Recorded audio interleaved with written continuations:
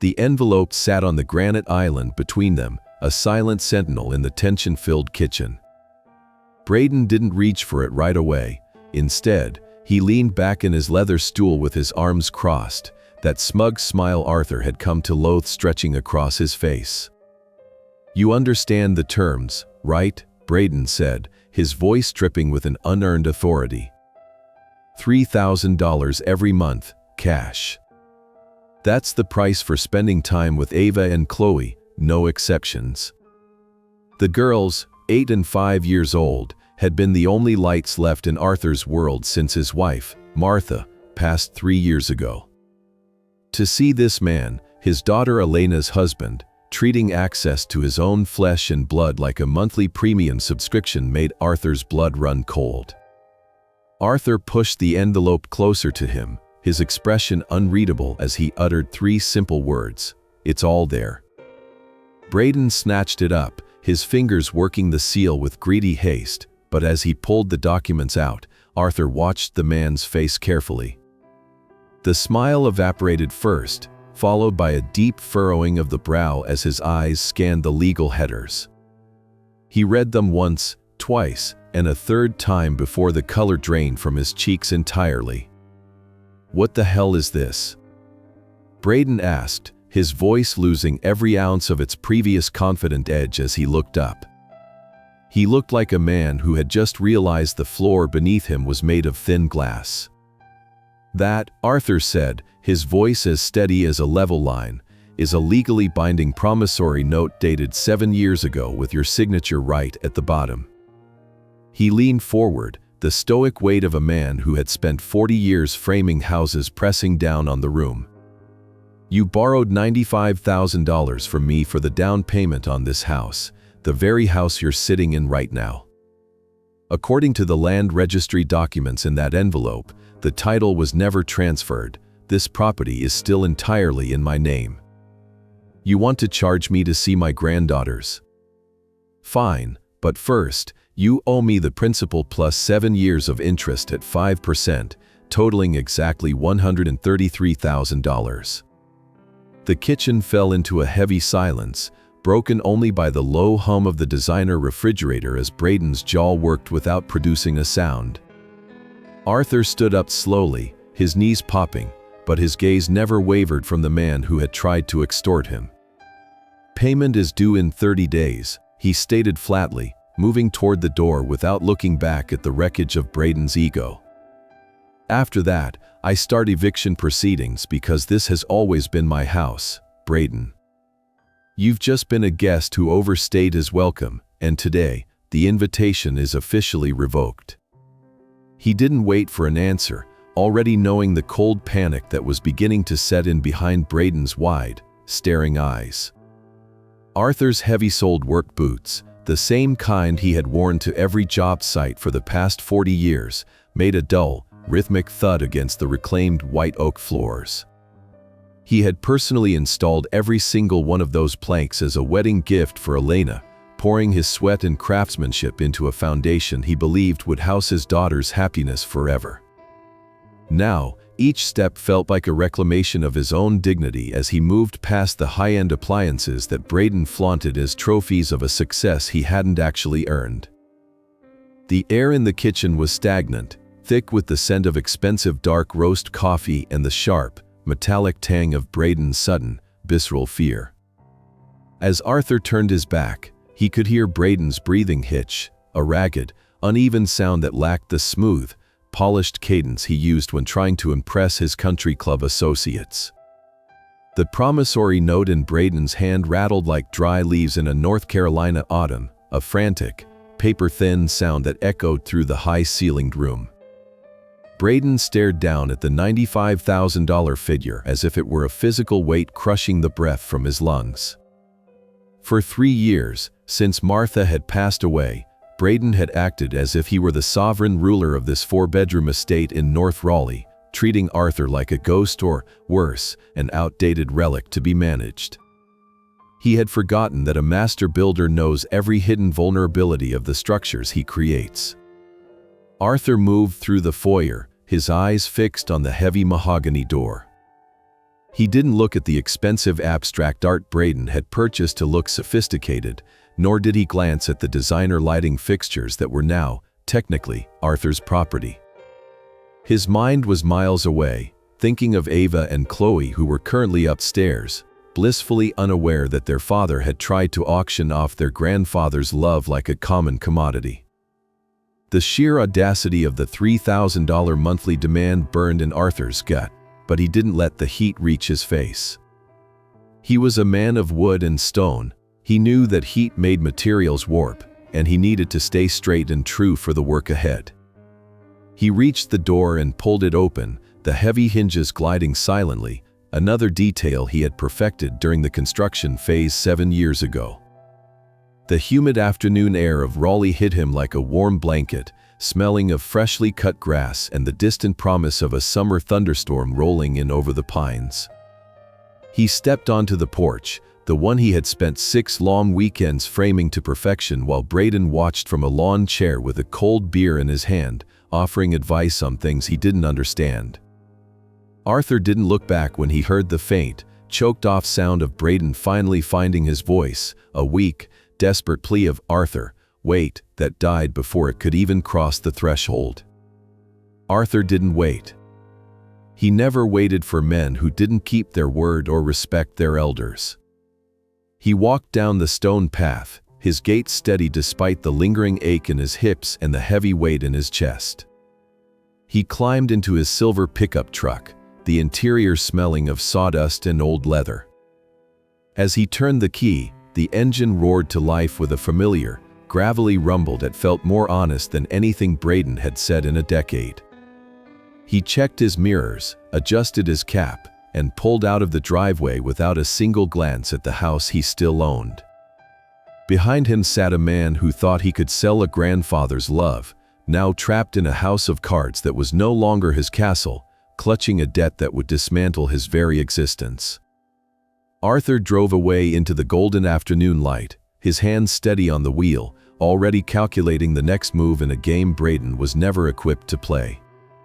The silence in the truck was a relief, a stark contrast to the poison he had just left behind, and as he passed the neighborhood entrance sign, he felt the first few drops of rain hit the windshield, beginning the long, slow wash of a world that was overdue for a cleaning. Arthur drove through the steady downpour, his hands steady on the steering wheel of the pickup as he navigated the winding roads of North Raleigh toward the modest bungalow he had called home for nearly 4 decades. The rhythmic thumping of the wipers against the glass provided a hollow cadence to the thoughts swirling in his mind, thoughts of a time 7 years ago when the air had been just as thick with the scent of pine and rain. He pulled into his gravel driveway, the sound of the stones crunching beneath his tires offering a grounded, physical comfort that he hadn't felt in Braden's sleek, sanitized kitchen. He didn't go inside immediately. Instead, he sat in the cab of the truck, watching the water beads race down the window and remembering the afternoon they had first discussed the loan.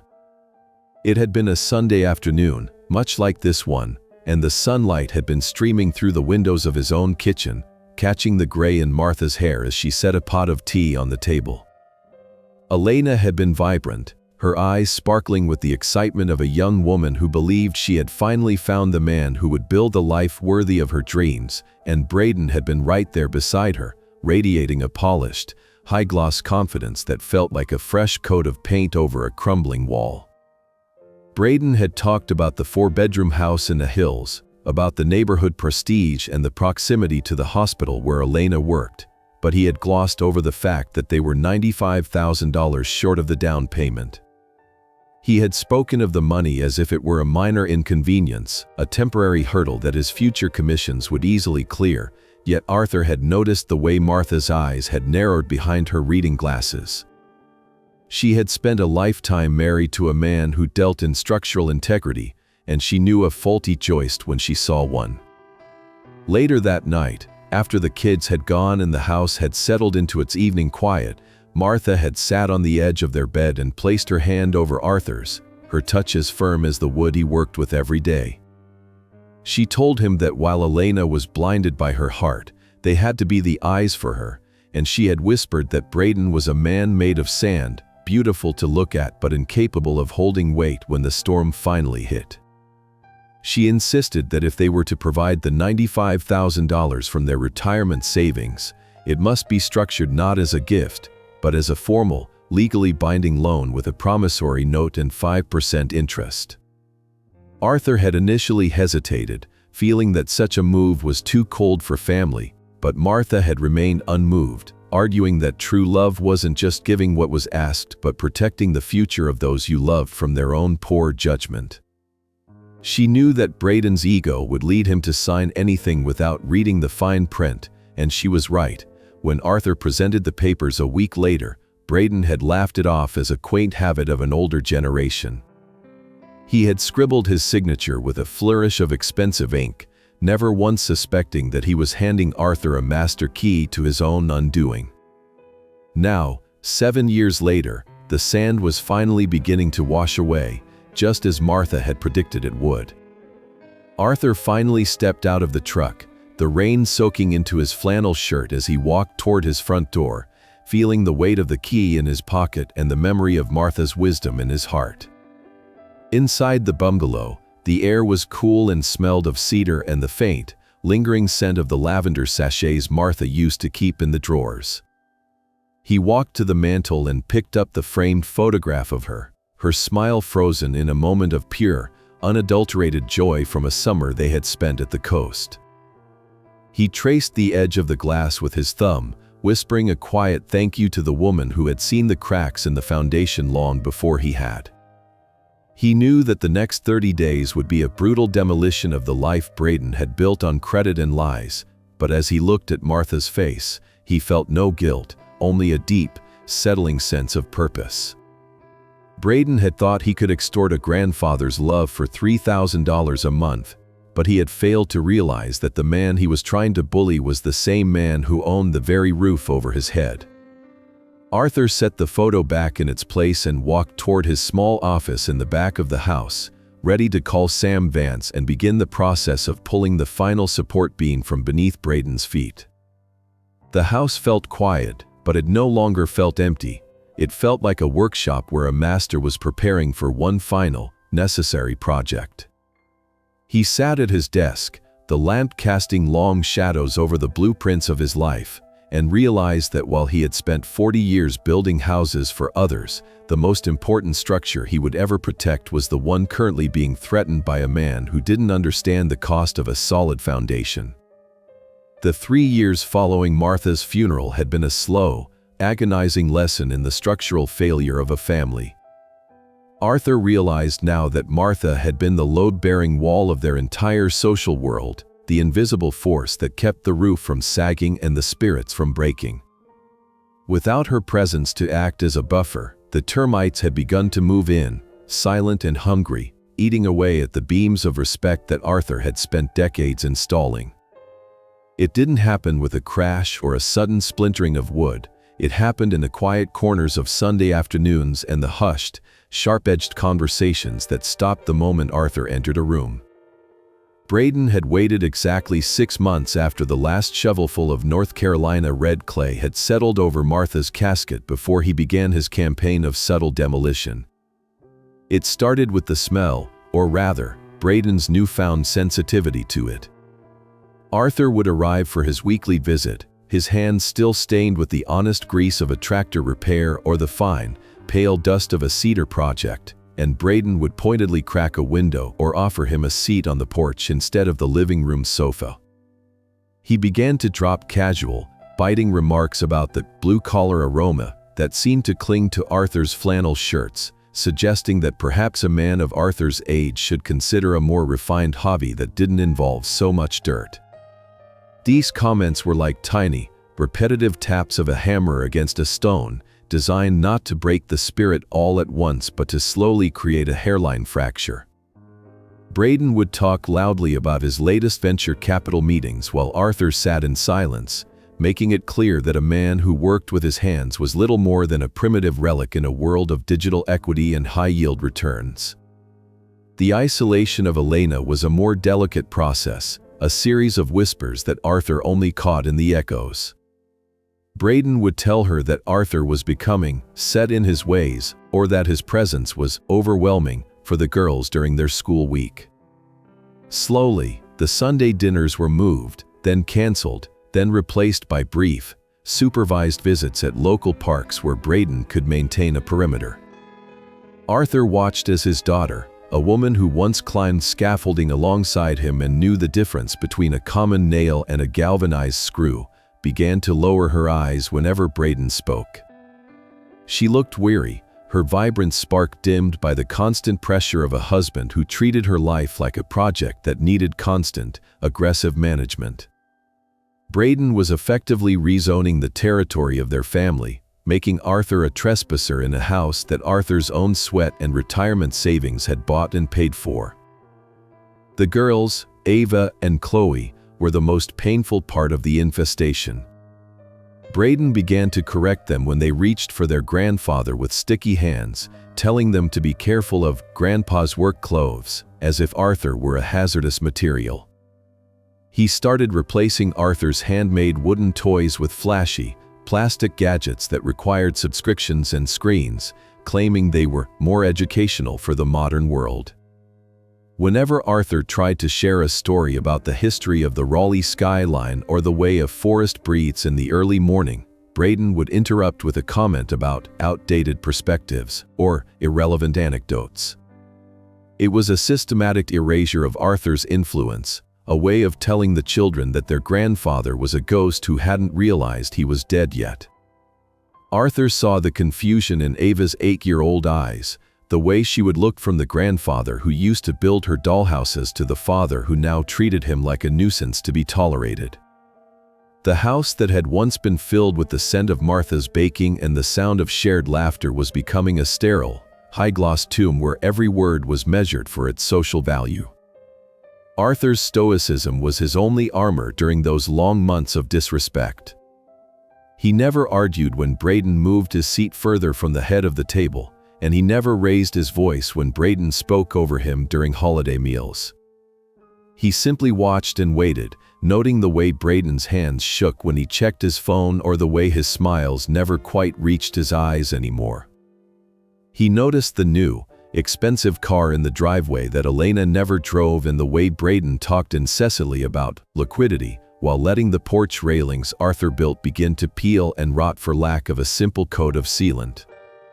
Braden was the kind of man who would buy a silk tie while the foundation of his home was washing away in the rain. The final move in Braden's plan of isolation had been the $3,000 demand, a gambit that assumed Arthur's love for his granddaughters was a weakness that could be exploited for cash. Braden truly believed that by putting a price on the relationship, he was finally asserting his dominance as the provider and protector. He didn't understand that by making family a transaction, he had officially declared himself an outsider to the very legacy he was trying to steal. Arthur sat in his quiet bungalow now, the memories of the last 3 years feeling like the gritty residue of a sanding job that had gone on too long. The termites had eaten deep, but they hadn't touched the heartwood, and they certainly hadn't seen the master builder coming with the poison that would finally clear the nest. Arthur arrived at the office of Sam Vance, a man whose legal reputation in Raleigh was as sharp and jagged as a piece of broken slate. Sam's office didn't look like the glass and chrome towers where Braden spent his days trying to look important.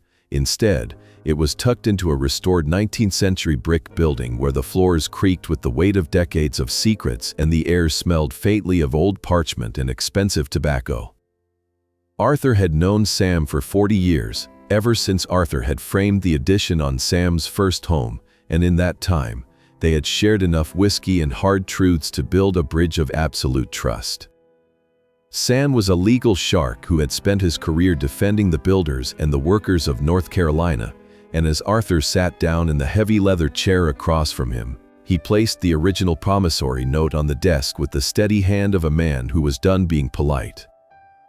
Sam picked up the paper, his eyes scanning the terms with a speed that only came from a lifetime of looking for the lethal edge in a contract.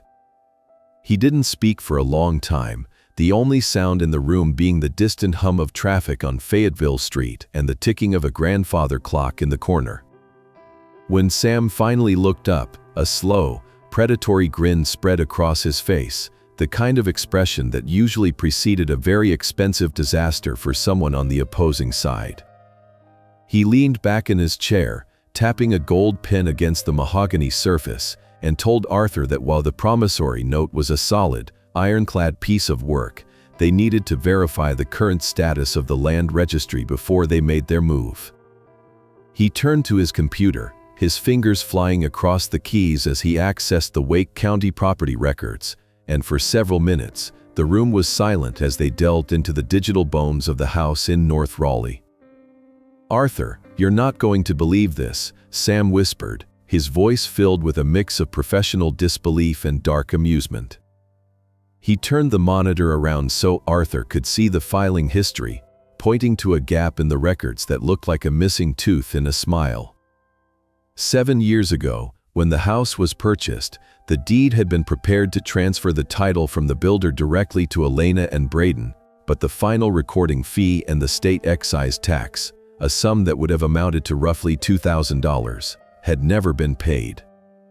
Because the payment for the down payment had come from Arthur's account and the initial contract was in his name as a guarantor, the title company had listed Arthur as the primary owner of record pending the final transfer.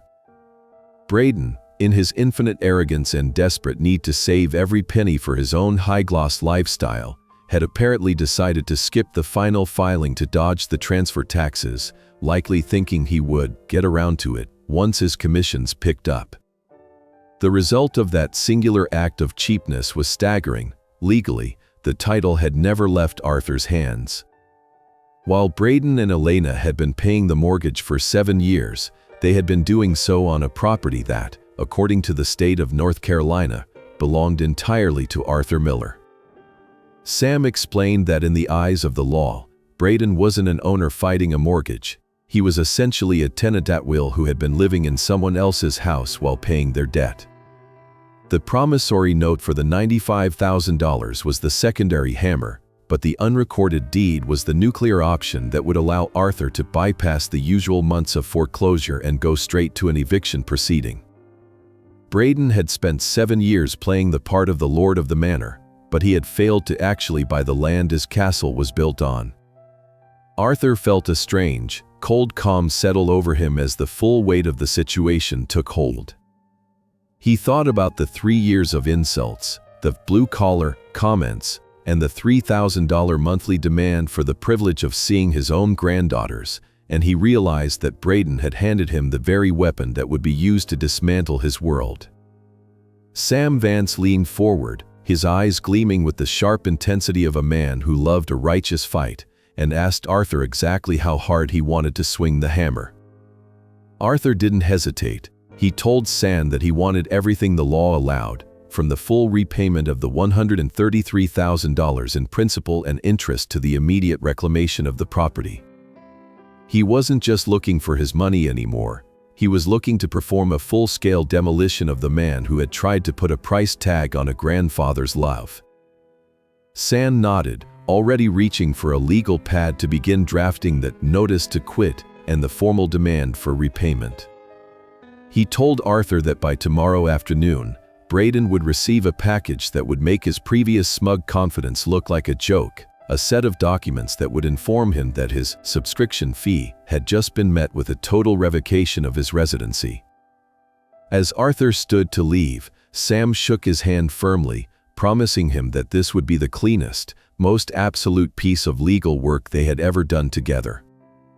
Arthur walked out of the office and into the bright Raleigh sunlight, the humidity no longer feeling like a weight but like a promise of the storm to come.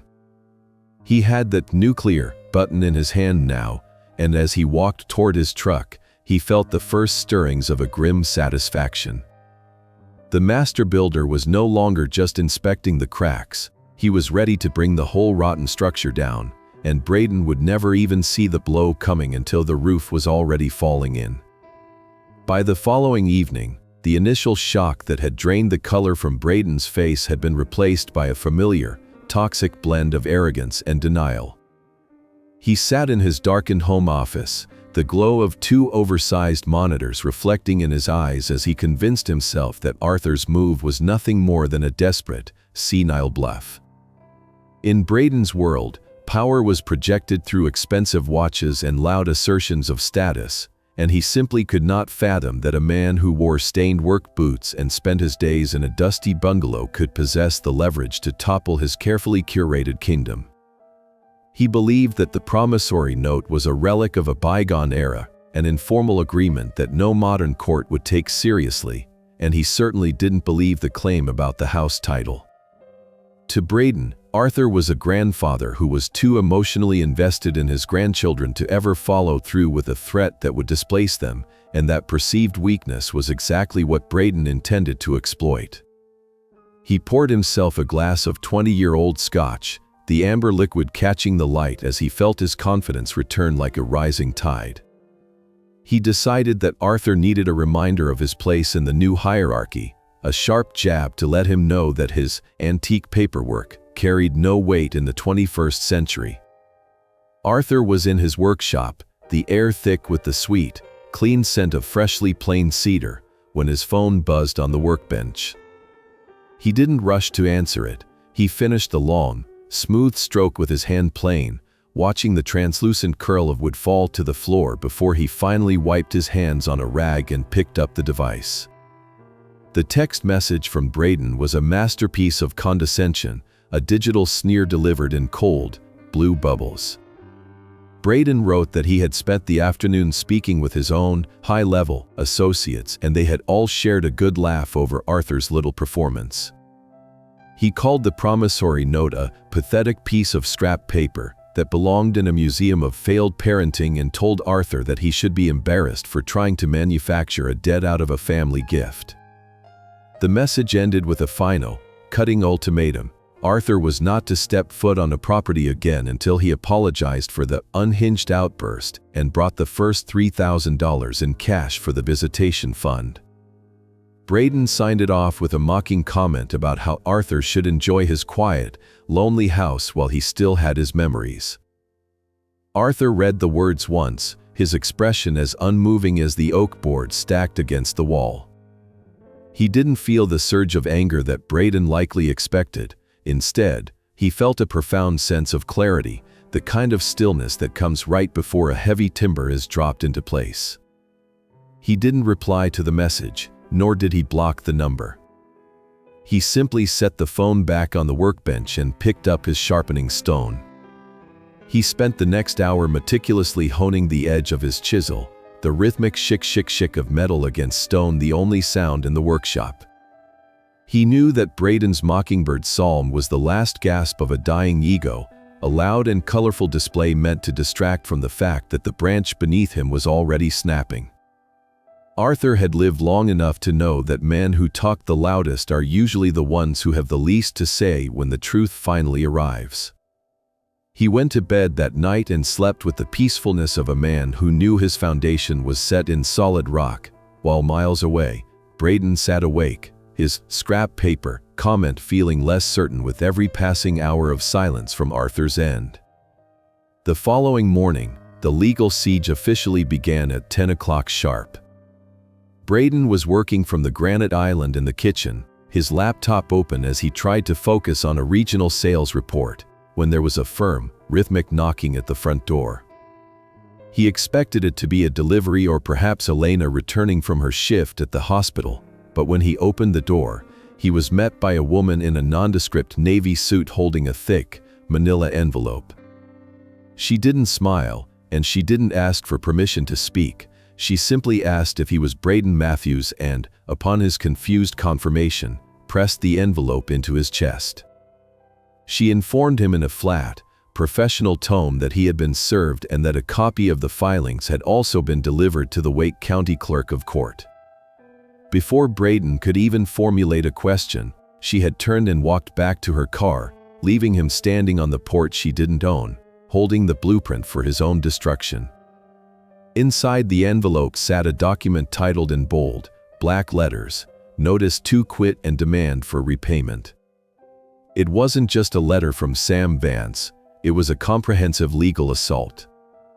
The first page was a formal demand for the immediate payment of $133,375, representing the principal and the accrued interest on the 7-year-old loan.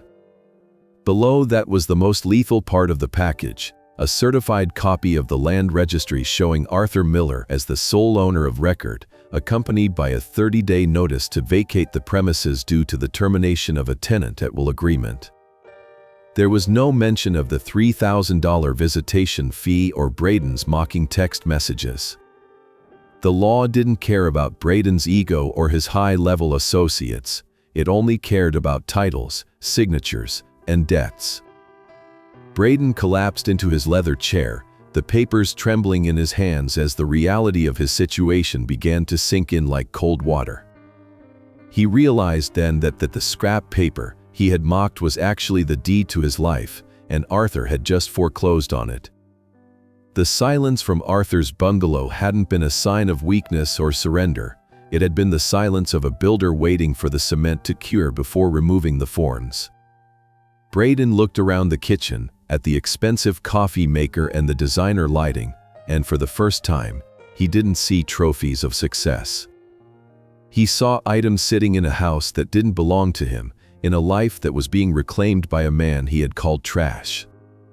The mockingbird had finished its song, and the only thing left in the air was the heavy, suffocating weight of the truth.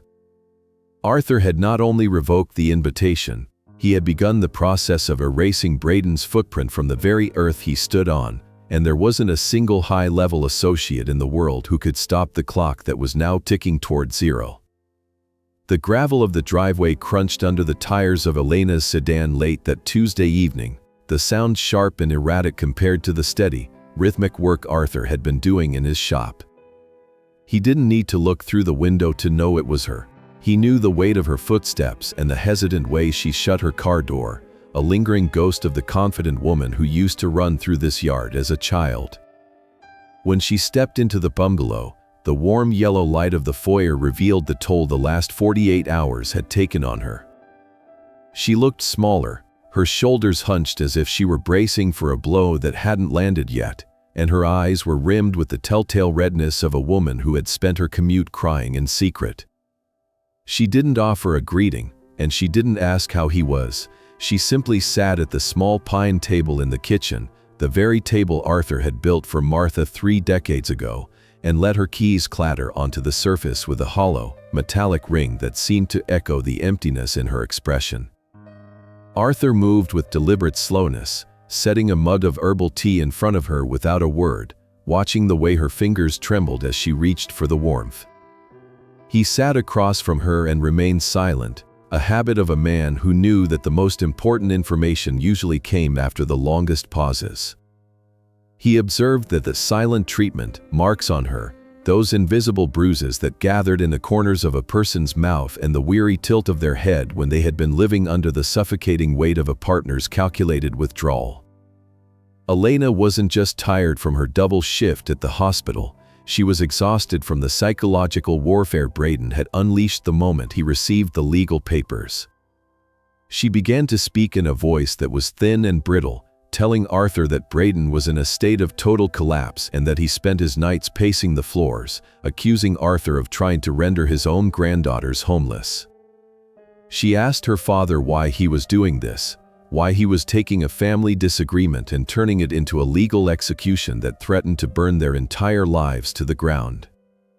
She spoke of Braden's rights and the cruelty of the 30-day notice, repeating the words Braden had undoubtedly been shouting at her until she had begun to believe them herself out of sheer survival instinct. Arthur listened until she ran out of breath, his gaze steady and unforgiving.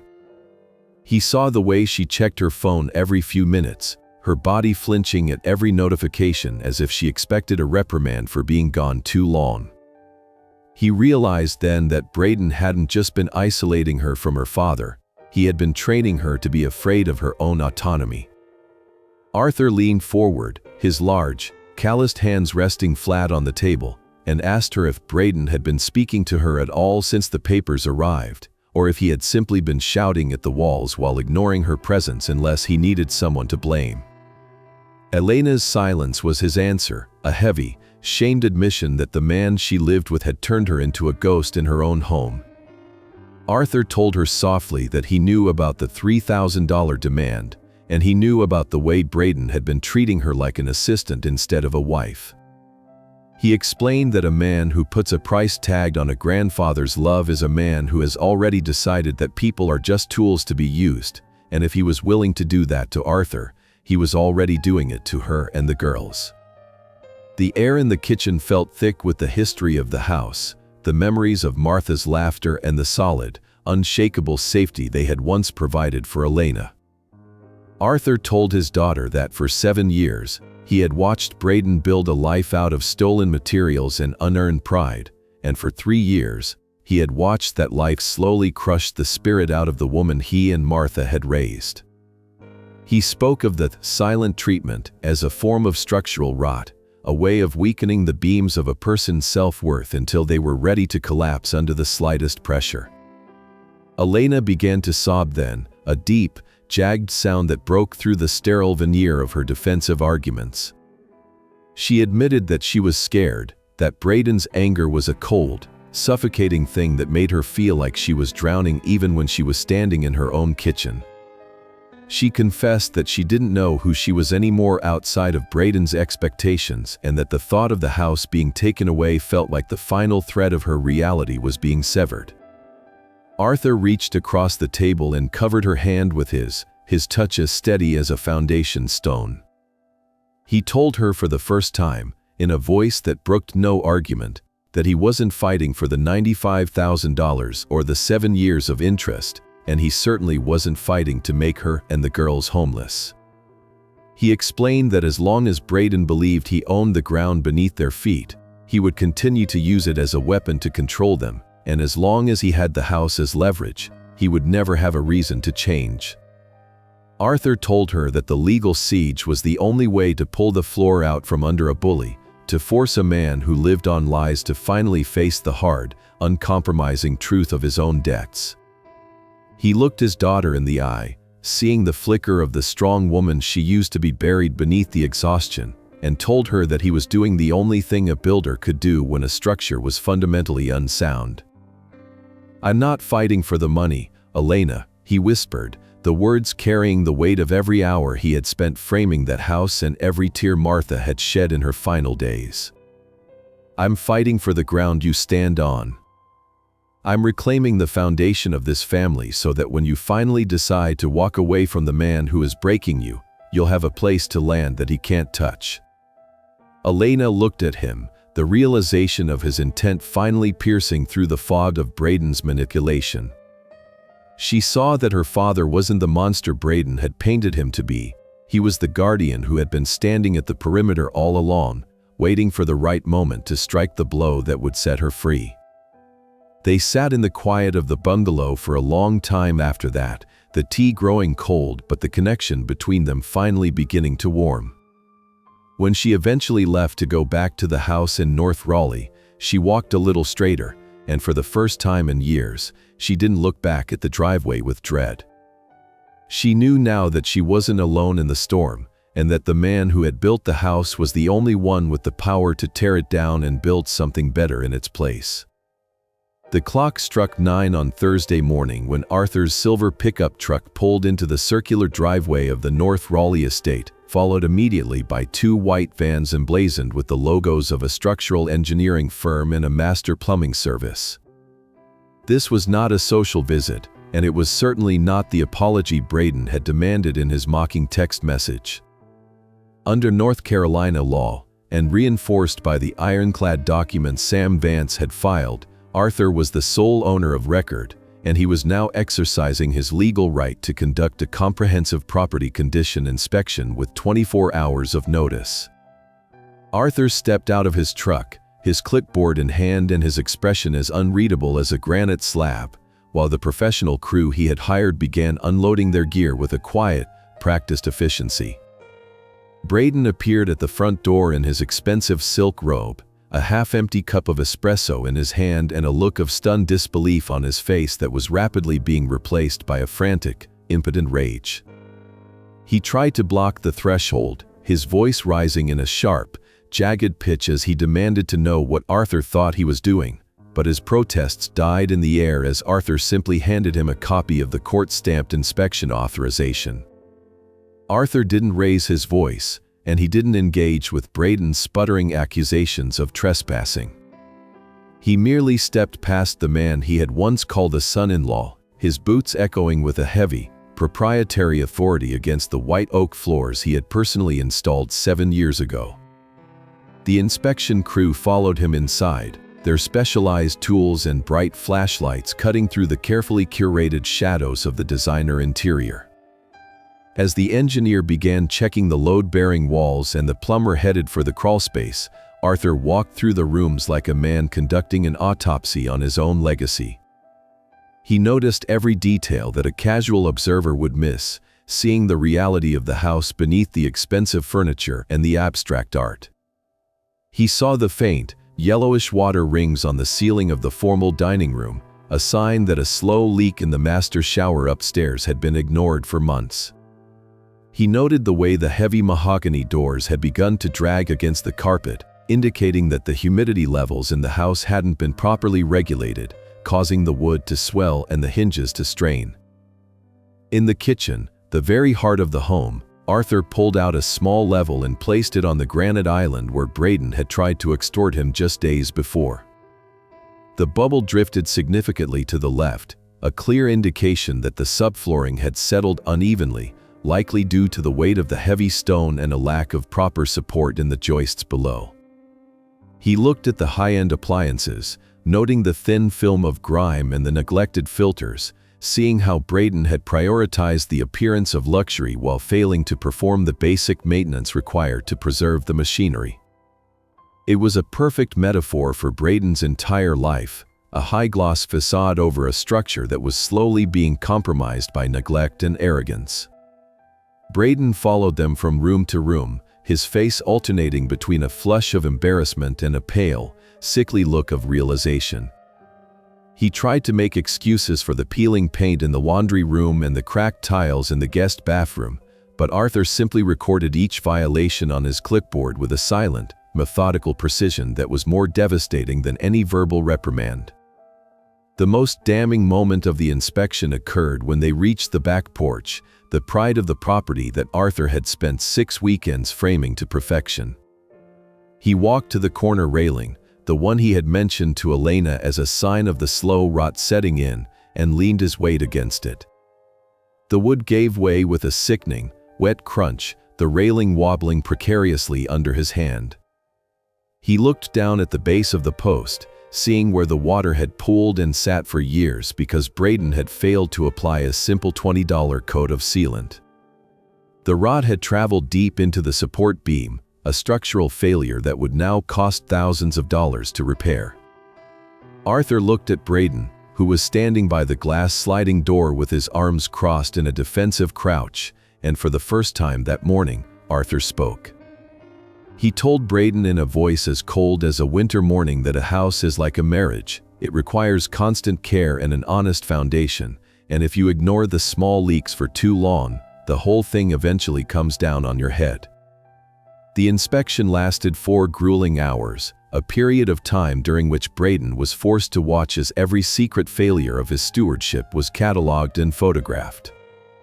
The crew moved through the attic and the basement, uncovering a bird's nest in the dryer vent and a cracked heat exchanger in the furnace that was likely leaking carbon monoxide into the vents.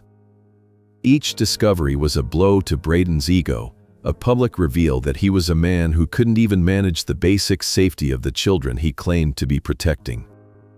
By the time the vans were loaded back up and the crew had departed, the atmosphere in the house was suffocating, heavy with the scent of dust and the sharp, metallic tang of Braden's total humiliation.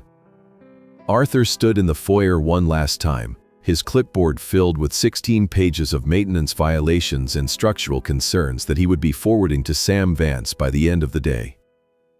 He didn't look at Braden as he walked toward the front door, but he could feel the man's eyes on his back, a mixture of hatred and terrified desperation.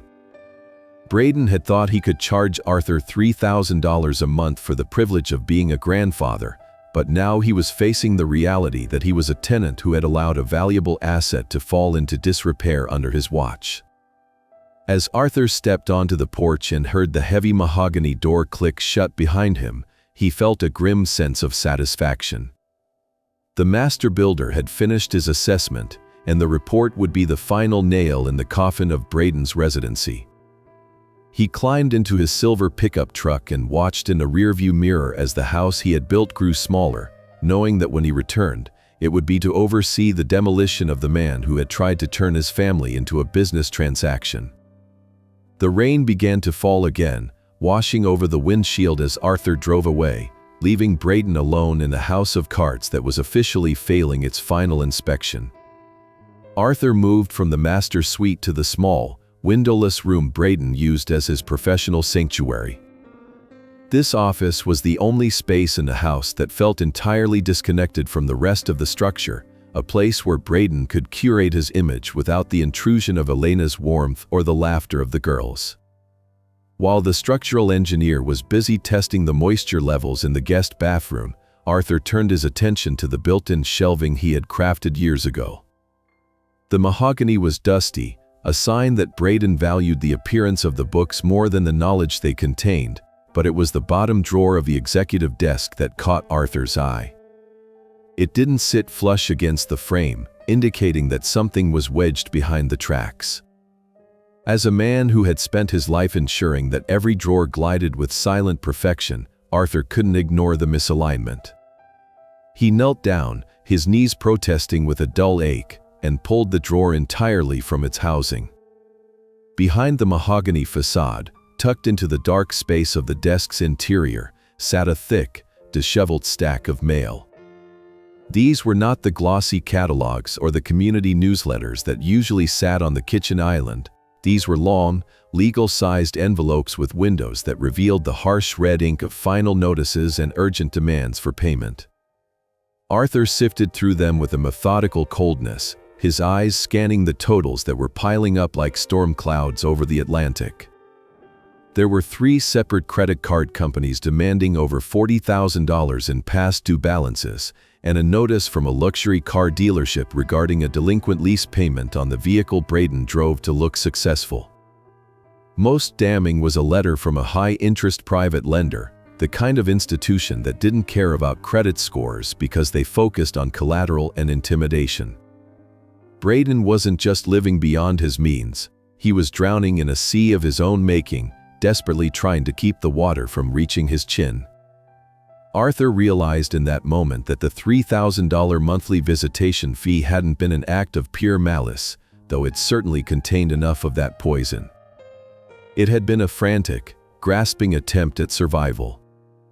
Braden had looked at the man who had built the house and saw not a father-in-law, but a cash reserve that could be tapped to delay the inevitable collapse of his high-gloss life. He had tried to turn his own children into a subscription service because he was too arrogant to admit he was broke and too cowardly to ask for help. Arthur felt a flicker of something that might have been pity if it hadn't been preceded by so much cruelty. Braden had been sitting in this expensive chair, surrounded by the trappings of a wealth he didn't possess, while writing mocking text messages to a man whose retirement savings were the only reason he had a roof over his head. The sheer scale of the deception was breathtaking. Arthur found records of business loans that had been defaulted upon and notices from the country club regarding unpaid dues that were months in arrears. It was a foundation made of nothing but unpaid bills and forged confidence. As Arthur replaced the drawer, ensuring the tracks were aligned once more so Braden wouldn't know his secrets had been laid bare, he felt the final pieces of the puzzle click into place. He knew now that Braden wouldn't just fight the eviction because of his ego, he would fight it because he had nowhere else to go. The house wasn't just a trophy to him, it was the only thing keeping the creditors from the door. Arthur stood up, his gaze lingering on the closed drawer, and realized that the nuclear button he held was even more powerful than he had imagined. He wasn't just reclaiming a house, He was exposing a fraud whose entire identity was built on the theft of other people's labor and love. Arthur walked out of the office and found Braden standing in the hallway, his face a mask of defiant tension. Braden didn't know that Arthur had just seen the rot in his bank account as clearly as the rot in the porch railings. He tried to muster a final bit of bravado, asking Arthur if he was finally satisfied with his little treasure hunt.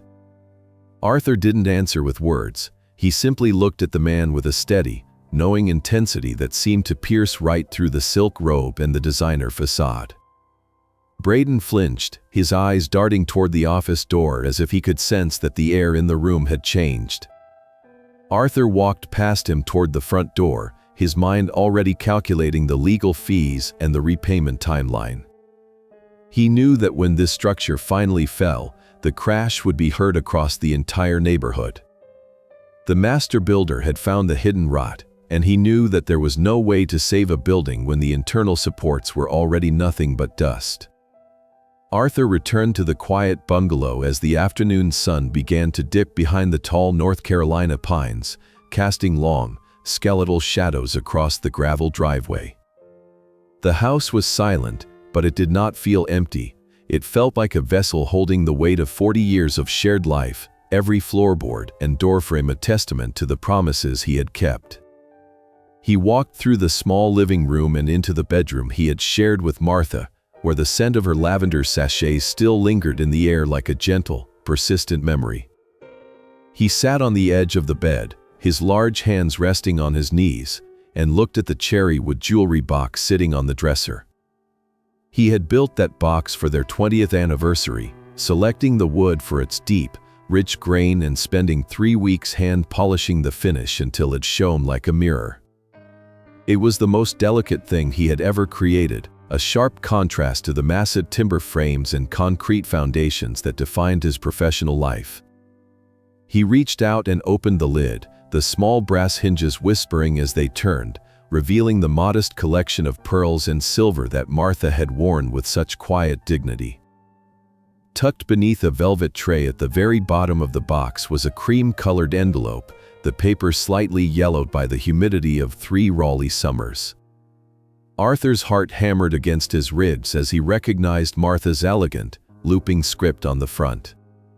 It was addressed simply to the man who protects our girls. He had not known it was there, and for a long moment, he simply held it, feeling the texture of the paper against his calloused fingertips. He could almost see her sitting at the kitchen table, her reading glasses perched on the end of her nose as she wrote these words, knowing that a day would come when he would need to hear her voice from beyond a veil. He carefully broke the seal, his breath hitching as he unfolded the single sheet of stationery and began to read the last message his wife would ever send him. Martha's words were as clear and uncompromising as the woman herself, a final blueprint for the difficult work he was currently undertaking. She wrote that she knew he was likely sitting in their room, feeling the heavy burden of a choice he never wanted to make. She told him that from the very first moment she had seen Braden Matthews, she had seen the hollow space where a man's character should be. She described him as a man who lived in the mirrors, constantly adjusting his image while the walls behind him were crumbling, and she confessed that she had spent years praying that Elena would see the truth before it was too late. Martha knew that Arthur's nature was to build and to preserve, and she understood that the idea of tearing down his own daughter's home would feel like a betrayal of his very soul.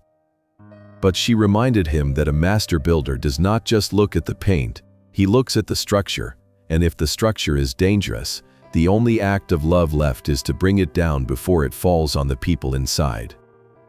She told him that Braden was a man who would use his children as shields and his wife as a footstool, and that the $95,000 loan had never been about the money for her. It had been about buying Arthur the legal standing he would one day need to act as a guardian when the storm finally arrived. The letter felt like a steady hand on his shoulder, a posthumous blessing for the nuclear revenge he was executing. Martha had seen the subscription fee coming in spirit long before Braden had ever articulated the words. She knew that Braden's greed would eventually lead him to try and sell the only thing he could not own, which was the love between a grandfather and his granddaughters.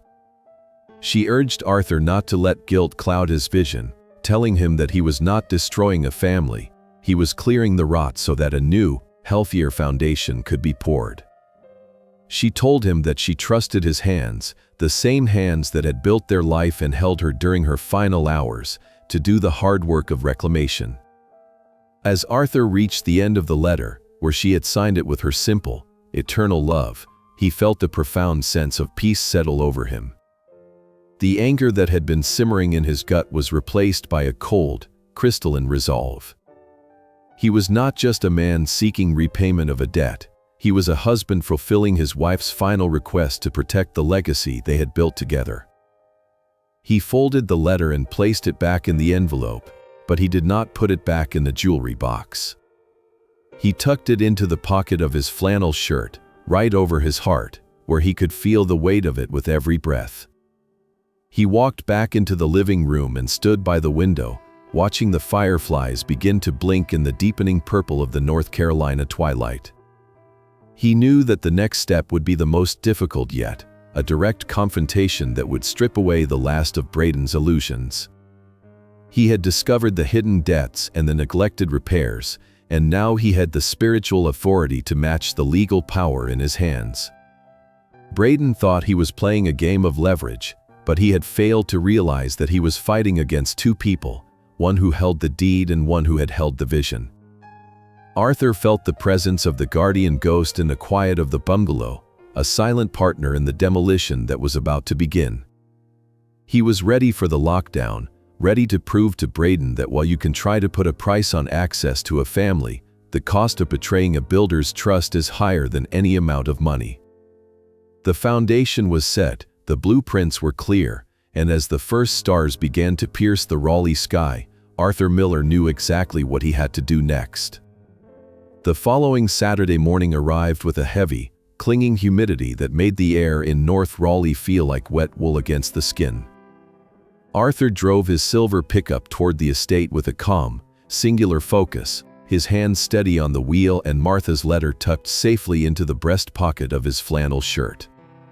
He had scheduled a mandatory maintenance follow-up to address the carbon monoxide leak and the rotting porch railings, providing the required 48 hours of notice through Sam Vance's office.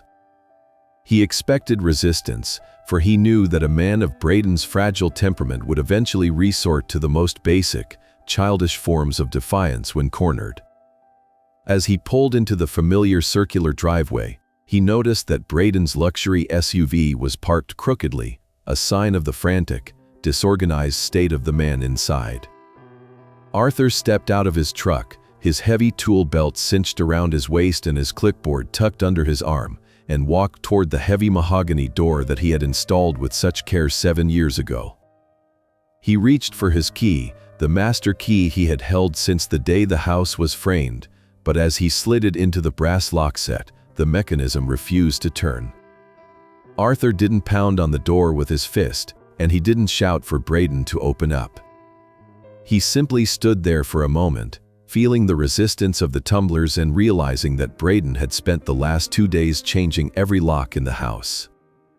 It was a desperate, futile gesture, a symbolic attempt to reclaim a territory that Braden had already lost in the eyes of the law.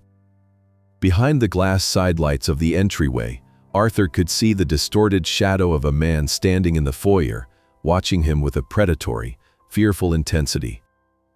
Braden was finally making his stand, choosing to turn the house into a fortress of denial rather than face the reality of his own debts. Arthur stepped back from the door and took out his phone, his expression as unmoving as the stone path beneath his boots.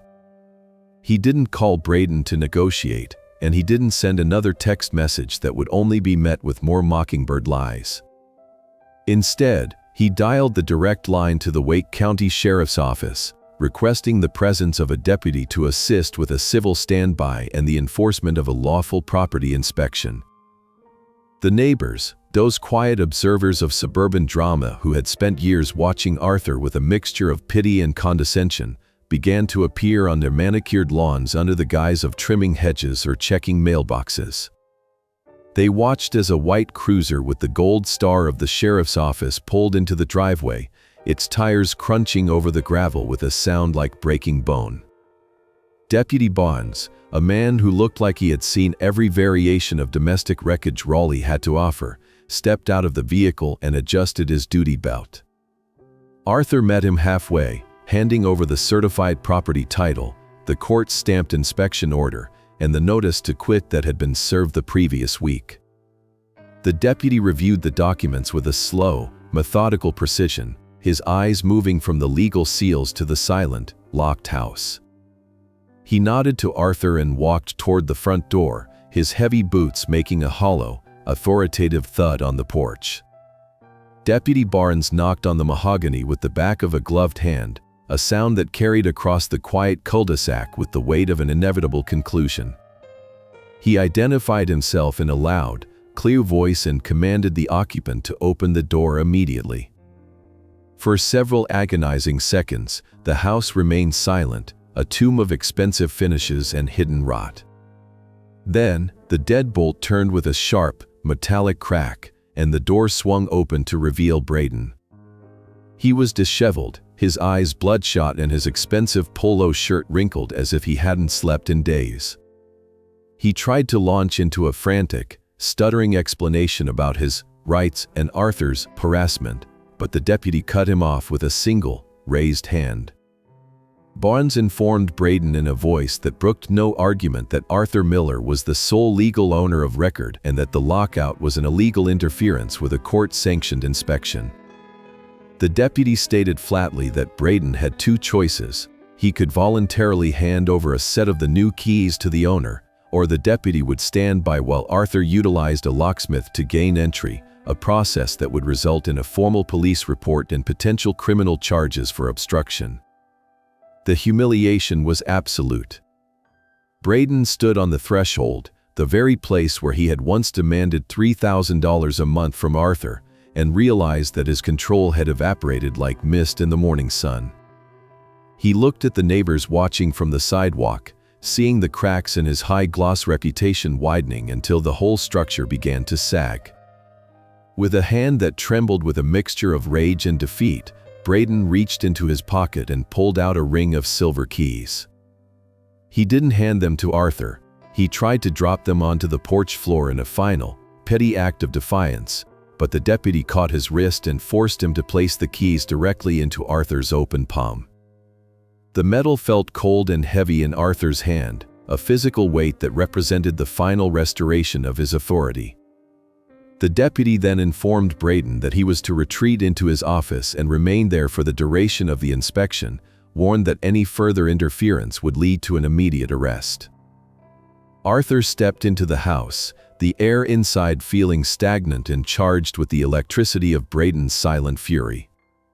He didn't look at Braden as the man slunk away toward the back of the house like a beaten dog. Instead, Arthur looked at the deputy and thanked him with a brief, stoic nod. As the cruiser pulled away and the neighbors finally retreated to their homes, Arthur stood in the foyer of the house he had built, the new keys clutched in his fist.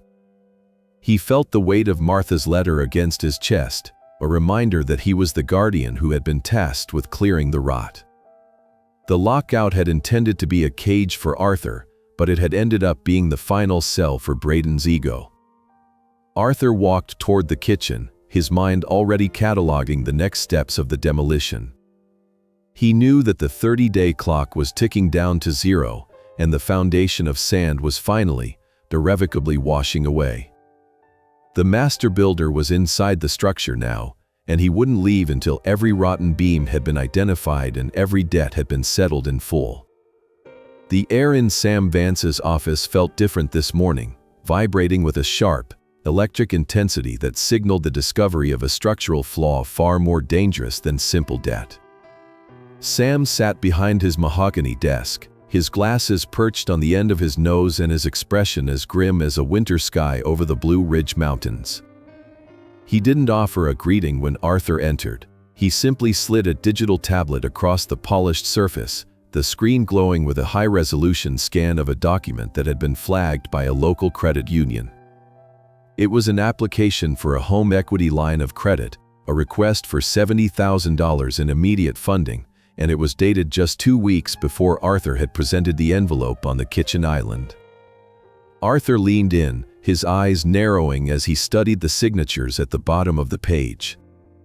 There was Braden's bold, arrogant scrawl, and right beside it, a clumsy, jagged imitation of Elena's elegant handwriting. Arthur had taught his daughter to sign her name with a steady hand on the back of her first savings bond, and he knew the cadence of her penmanship as well as he knew the grain of a cedar plank. The signature on the screen was a lie, a desperate forgery written by a man who was running out of time and morals. Sam explained in a voice that was low and dangerous that the bank had flagged the application not because they suspected the forgery, but because a routine title search revealed that neither Braden nor Elena actually owned the property. Braden had attempted to borrow against equity that didn't belong to him, using his wife's identity to secure a loan that would have effectively hollowed out the house from the inside. It was a felony in the state of North Carolina, a criminal act of financial desperation that carried the weight of prison time and total professional ruin. As Arthur listened, he felt a cold, hollow sensation in his chest, realizing that while he was mourning Martha and trying to protect his granddaughters, Braden had been sitting in that house, calculating how to steal his own wife's future. Braden hadn't just been charging Arthur for the privilege of being a grandfather, he had been preparing to leave Elena with a mountain of debt and a forged legacy. The termites hadn't just been eating the wood, they had been attacking the very heart of the family's security. Arthur stood by the window of the office, looking out at the Raleigh skyline and feeling the final piece of the demolition plan click into place. He realized that the promissory note and the title error were the hammers, but this forgery was the final, heavy charge that would bring the entire structure down in a single, controlled explosion. Braden thought he was a master of leverage, but he had failed to understand that a builder always checks the load-bearing supports before he makes a move. Sam Vance asked Arthur if he wanted to call the district attorney immediately, but Arthur simply shook his head, his gaze fixed on the distant horizon. He told Sam that he didn't want a long, public trial that would drag Elena through the mud and haunt the girls for the rest of their lives. He wanted a clean break, a total removal of the rot, and he wanted it done before the 30-day clock reached zero. He instructed Sam to draft what he called the exit agreement, a document that would offer Braden one final, uncompromising choice. The agreement was a masterpiece of legal ruthlessness, designed to strip Braden of every ounce of his unearned status. It demanded that Braden sign a quitclaim deed, formally renouncing any and all perceived interests in the property and the surrounding land. It required him to remove himself from the mortgage entirely, allowing Elena to refinance the home in her name only with Arthur as the silent guarantor. Most importantly, it demanded that Braden vacate the premises within 48 hours, taking nothing but his personal clothing and leaving the keys on the granite island. In exchange for this total surrender, Arthur would forgive the $133,000 in debt and agree not to turn the evidence of the forgery over to the authorities. It was a trade of freedom for property, a chance for Braden to walk away without a criminal record as long as he agreed to become a ghost in the lives of the people he had tried to exploit.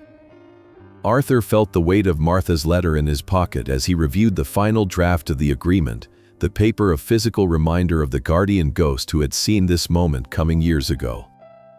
He knew that Braden would try to bluster and threaten, but he also knew that men like Braden were fundamentally cowards when faced with the cold, hard reality of their own crimes. The nuclear button was now fully armed, and Arthur was ready to press it. He told Sam to schedule a meeting at a local diner, a neutral ground where there would be no designer furniture or abstract art to hide behind. He wanted to look Braden in the eye when he handed him the pen, to watch the moment the man realized that his subscription service had finally been canceled by a debt he could never repay. The master builder was finished with the inspection, the demolition was scheduled, and the ground was finally being prepared for a new foundation that would be built on the truth instead of sand. Arthur arrived early at the Sunset Diner, a squat brick building where the coffee was strong enough to wake the dead and the waitresses didn't care about your portfolio. He sat in a vinyl booth that had been patched with silver tape, his large frame making the small table look like a toy. He placed a simple manila folder on the Formica tabletop, his hands resting on either side of it like a pair of bookends. Braden entered 10 minutes late, his entrance a calculated attempt at a power play that fell flat against the backdrop of sizzling bacon and the clatter of heavy ceramic mugs. He looked around the diner with a sneer of practiced disgust, his tailored Italian suit an alien object in a room filled with truckers and construction crews. As he slid into the booth across from Arthur, he didn't offer a greeting. Instead, he made a sharp comment about the lack of hygiene in Arthur's choice of venue, his voice carrying the brittle edge of a man who was trying to convince himself he still held a seat at the table. Arthur didn't respond to the insult. He simply signaled the waitress for 2 coffees and waited until she had retreated before opening the folder. He didn't start with the debt or the eviction notice that was already 30 days into its countdown. He pulled out the high-resolution scan of the home equity line of credit application and slid it across the table until it touched Braden's manicured fingers. He watched the way the man's eyes darted to the paper and the way his pupils dilated as he recognized the document. Braden tried to laugh it off, a dry, rattling sound that lacked any real mirth, and claimed it was just a standard financial inquiry. But Arthur leaned forward, the shadow of his large frame falling over Braden like a cooling slab of concrete. He pointed to the signature that purported to be Elena's, noting the jagged, uncertain strokes that proved it was a forgery.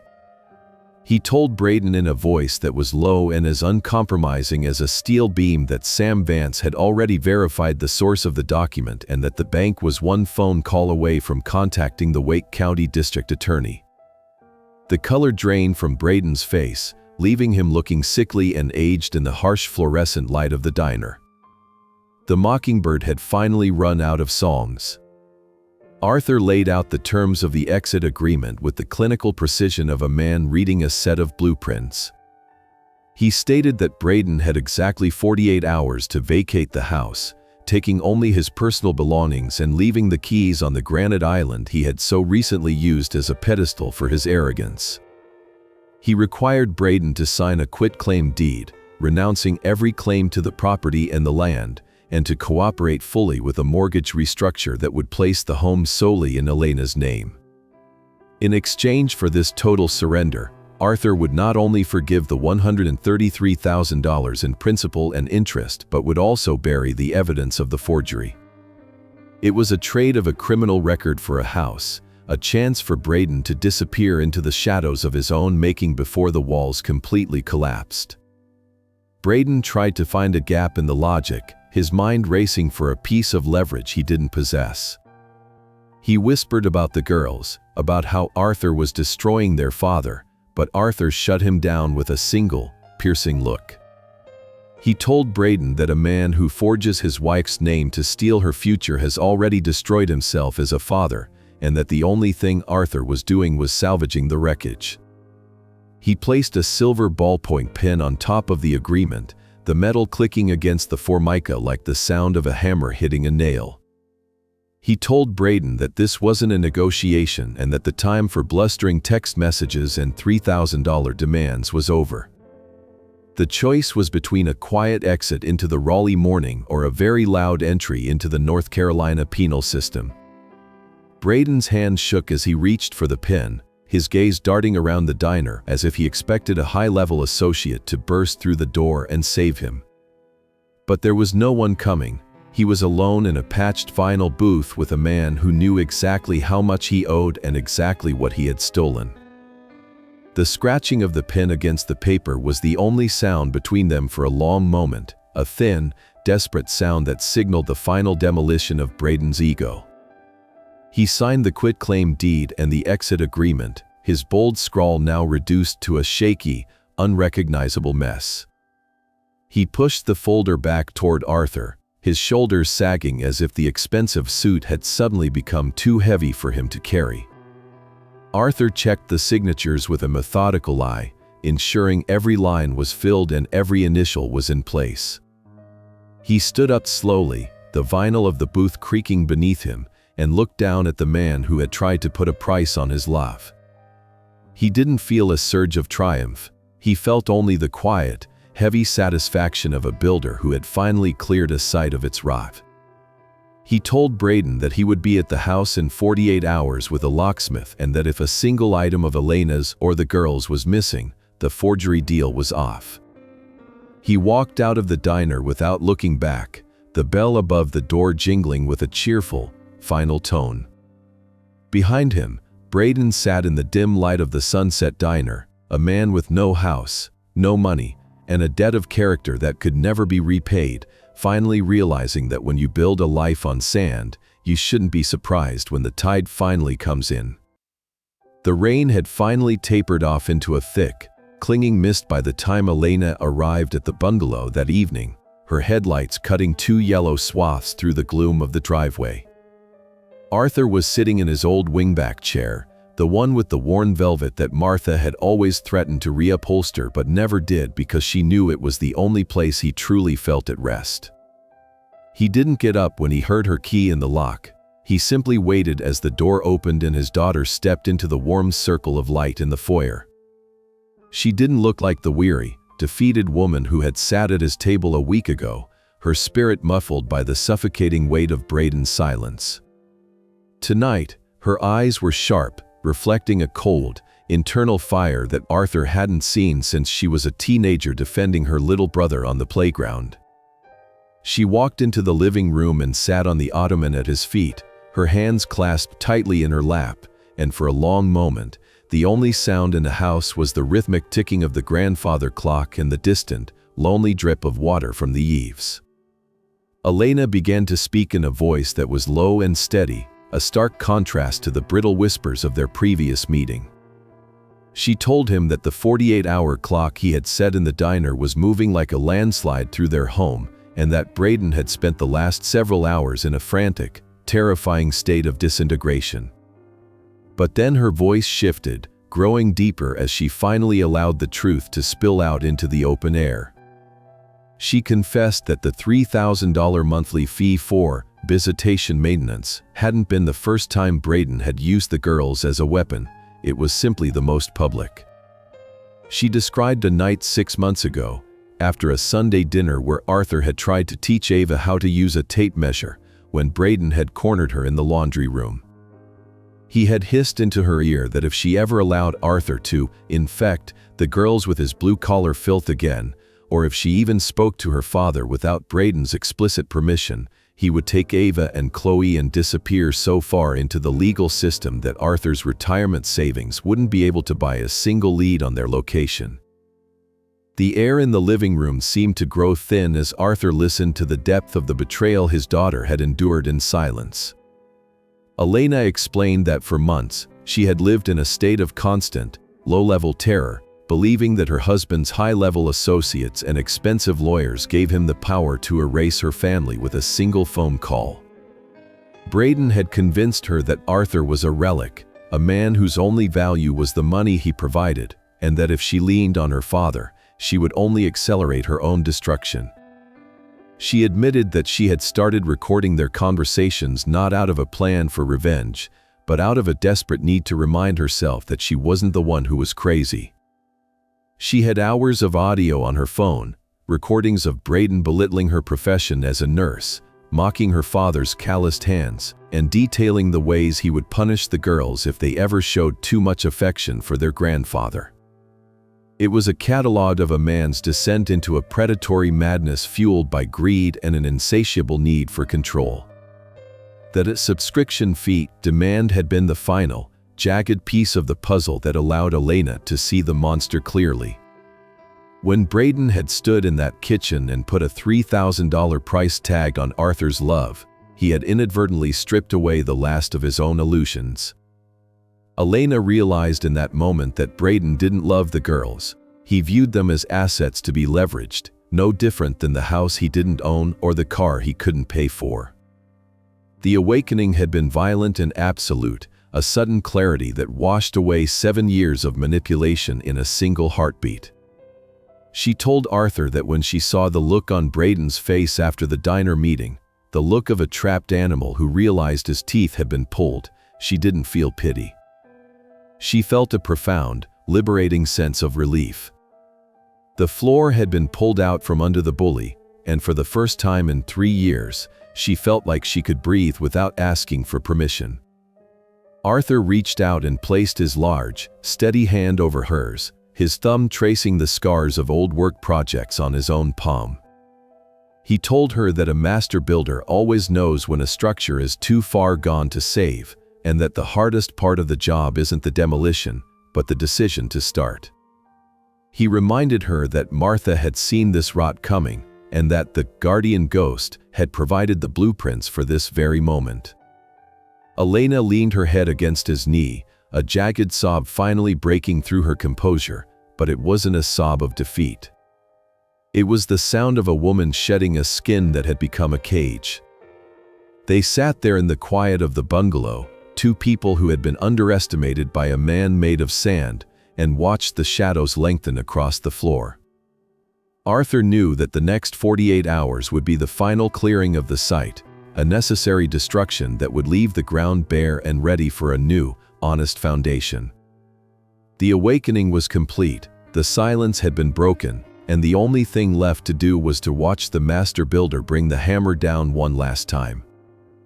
The dawn of the final 48th hour arrived with a crisp, indifferent clarity, the sun rising over the North Carolina pines to reveal a house that was no longer a fortress but a site under reclamation.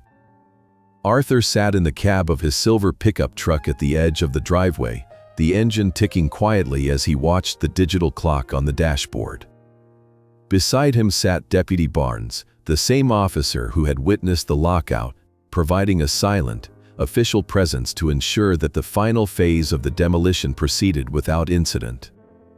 When the clock struck 8, Arthur stepped out of the truck, his heavy boots crunching on the gravel with a sound that felt as final as a closing ledger. He walked toward the mahogany door he had installed 7 years ago, his gaze fixed on the structure he had built with his own retirement savings and his own calloused hands. Today, he wasn't a guest, a nuisance, or a grandfather to be exploited. He was the master of the site, arriving to oversee the removal of a structural failure that had gone on far too long.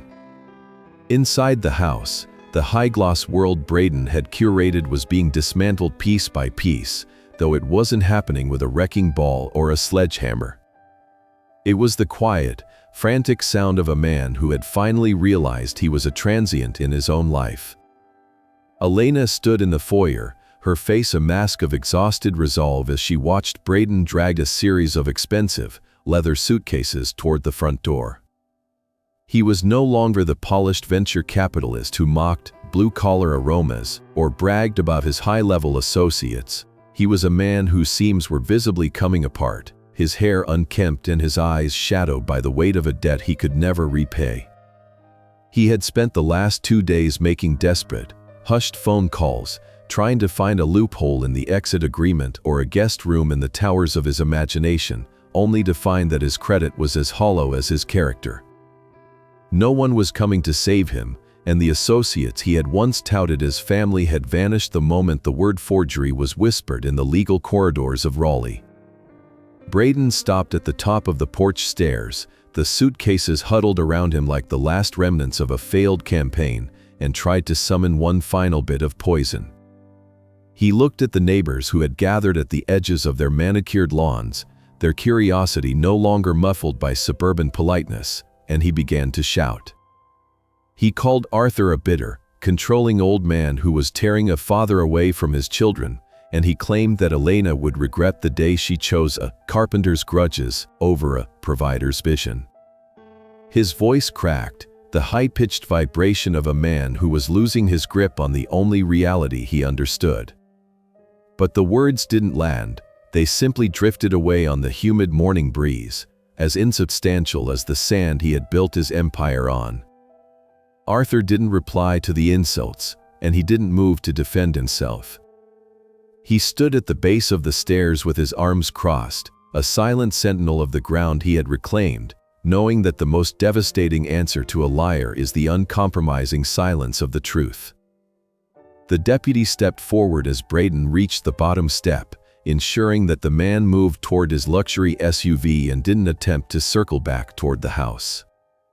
Braden shoved his bags into the trunk with a violent, clumsy energy, the vehicle rocking under the force of his frustration. He looked back at the house one last time, the 4-bedroom estate, the granite island, the reclaimed white oak floors, and for a fleeting second, the rage vanished, replaced by a hollow, haunting look of total loss. He realized then that he had never actually owned any of it.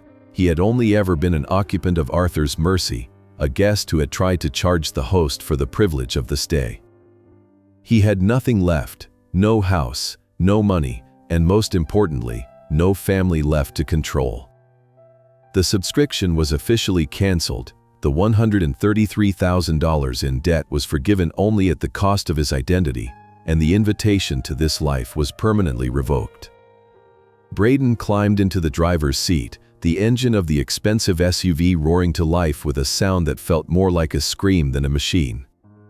He backed out of the driveway in a spray of gravel, his tires squealing as he sped away toward the neighborhood entrance without a single glance at the woman and the man he had tried to exploit. The silence that followed his departure was heavy and sweet, a sudden absence of toxic pressure that made the air in North Raleigh feel breathable for the first time in years. Arthur walked up the stairs and stood next to Elena on the porch, his hand resting on the railing he had recently repaired. The wood was solid now, the rot cleared away and the new sealant protecting the heartwood from the coming autumn rains. He looked at his daughter and saw the way her shoulders finally dropped, the tension of the silent treatment fading as she took a deep, shuddering breath of the clean morning air. They stood there together for a long time, watching the neighborhood return to its quiet, rhythmic life. The neighbors eventually retreated to their homes, their thirst for drama satisfied by the sight of the bully's retreat. Arthur knew that the demolition was only the beginning and that the real work of pouring a new, honest foundation was yet to come. But as he felt the weight of the new keys in his pocket and the warmth of his daughter's hand on his arm, he knew that the structure of their family was once again under the care of a master builder. He had protected his girls, he had cleared the rot, and he had fulfilled the promise he had made to Martha and the quiet of their bungalow. The demolition of Braden Matthews was complete, and as the morning sun climbed higher into the sky, the house finally began to feel like a home again, a place where the ground was solid and the love was finally free.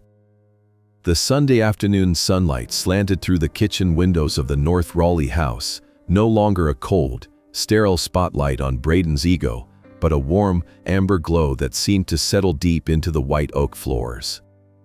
The air in the house had changed since the locks were turned and the heavy mahogany door had closed behind Braden's retreating figure. It felt lighter and cleaner, as if the very walls had finally been allowed to exhale after years of holding their breath.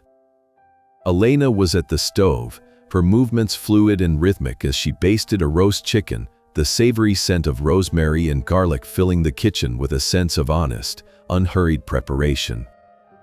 Ava and Chloe were seated at the granite island, the same place where their father had once tried to auction off their grandfather's love, but today the stone was covered in coloring books and flour. They had made a special request for Grandpa's special pancakes to accompany the dinner, a strange tradition that Arthur was more than happy to honor as he stood at the griddle, his large, calloused hands moving with the practiced grace of a man who knew how to nourish as well as build.